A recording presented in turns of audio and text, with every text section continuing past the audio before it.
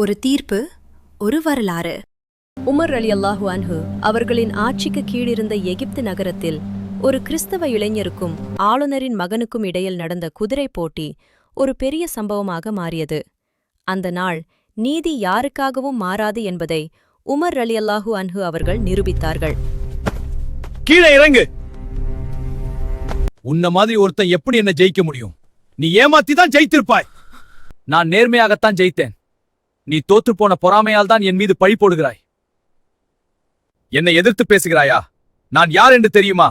நான் ஆளுநர் அமர் பின் ஆசின் மகன். உன்னை என்ன செய்கிறேன்னு பார். நான் ஆளுநரின் மகன். நீ எதுவும் செய்ய முடியாது.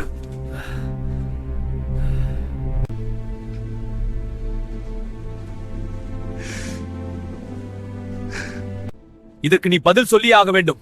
நான் எங்கு நீதி கேட்க வேண்டுமோ அங்கே கேட்டுக்கொள்கிறேன். இங்கே கலீஃபா உமர் யார்?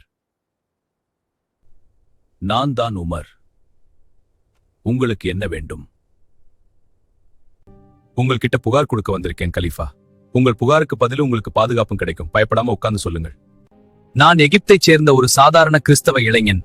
எகிப்தின் ஆளுநர் அமர் இப்னு அல்லாஸ் அவர்களின் மகனுடன் குதிரை பந்தயத்தில் கலந்து கொண்டேன். அந்த போட்டியில் நான் வெற்றி பெற்றேன். ஆனால் தனது தோல்வியை தாங்கிக் கொள்ள முடியாமல் என்னை அடித்தான். அனைவரின் முன்னிலையிலும் என்னை அவமானப்படுத்தினான். என் தந்தை ஆளுநர் என்று கூறி என்னை மிரட்டினான். அதற்கு நீதி வேண்டியே உங்களிடம் வந்துள்ளேன். ஆளுநரையும் அவரது மகனையும் உடனே அழைத்து வரச் சொல்லுகிறேன். அதுவரை நீங்கள் இங்கே இருங்கள். உன்னை அவன் எப்படி அடித்தானோ அதே போல் நீ அவனை அடி.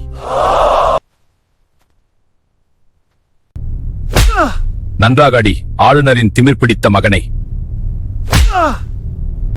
போதும் கலீஃபா, என் மனம் அமைதி அடைந்து விட்டது. சரி, இப்போவ தந்தையான ஆளுநரையும் அடி. வேண்டாம் கலீஃபா. நான் வேறு மதத்தைச் சேர்ந்த ஒரு சாதாரண இளைஞனாக இருந்த போதும் எனக்கான நீதியை வழங்கிவிட்டீர்கள் உமரே. நான் சென்று வருகிறேன். நன்றி. நீங்க ஏன் மேல ரொம்ப கோவப்பட்டுட்டீங்க.